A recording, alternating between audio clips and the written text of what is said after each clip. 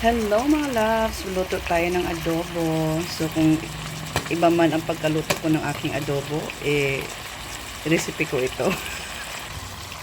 Ganito ako magluto. Piniprito ko muna ng very light ang aking mga manok. So ayan, i-ano ko muna sila. Gusto ko yung medyo may pa-brown si Mayora. Yan. Medyo brown na siya. So, yung kabila naman. Saka ko yan titimplahan. So, gusto na natin. So, ayan mga loves, yung aking tuyo at suka. Mixture niyan is 2:1. Oo. Kasi, ayoko yung masyadong maasim. Tapos, meron ako ditong garlic, minced garlic, ginger powder, and onion. I-mix ko yan siya later doon sa ating niluluto. Kaya ganyan yung gamit ko ngayon. Kasi very late na ito mga loves. Very late lunch. Pag mag-prepare pa ako ng mga hindi pa hiwa, mas matatagalan ako. Kaya yan na lang muna. And meron din ako dito ito. And yung aking pepper. Ito lang din yung aking pepper. Yan. So, ilagay na natin doon. So, ayan na mga loves. Ilagay na natin. Medyo naging crispy na yung ating chicken. Ilagay na natin yung ating mixture. Yan.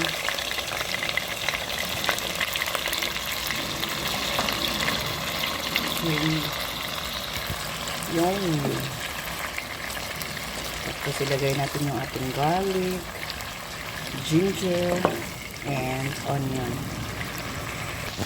So unahin na natin itong ating ginger mga loves. Yan.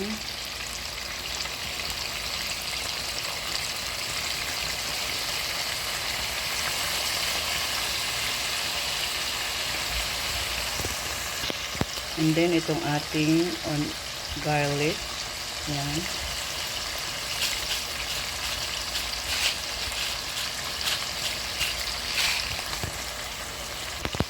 At itong ating onion. Tansya-tansya lang ang lahat. Yan. And then, imikos-mikos na natin yan mga loves. Imikos-mikos. Yan, mikos-mikos. Para maghalo-halo na sila. Uy, bakit ayaw? Mikos. Lalagyan ko yan siya mamaya ng pepper and water. Ng very light lang. Yan.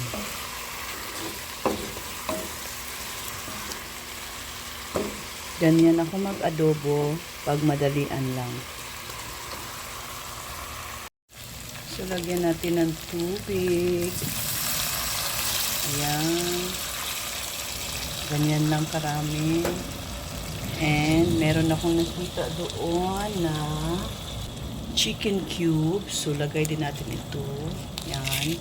And, pabayaan lang natin yan siya hanggat mamekos-mekos yan sila.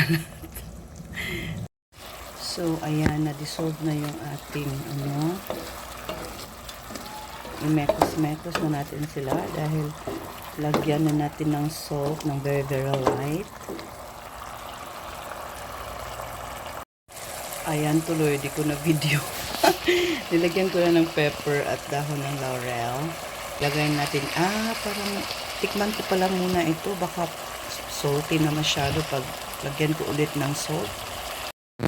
So mga loves, may nakita ako isang sachet ng Mamacita's oyster sauce. Ilagay ko na lang din para pampalapot at pampasarap. Pandagdag lang naman sa madali ang luto ng adobo. Ayan. Diba? Wala nang laman. And ayan, imikos-mikos natin ng very light. Para,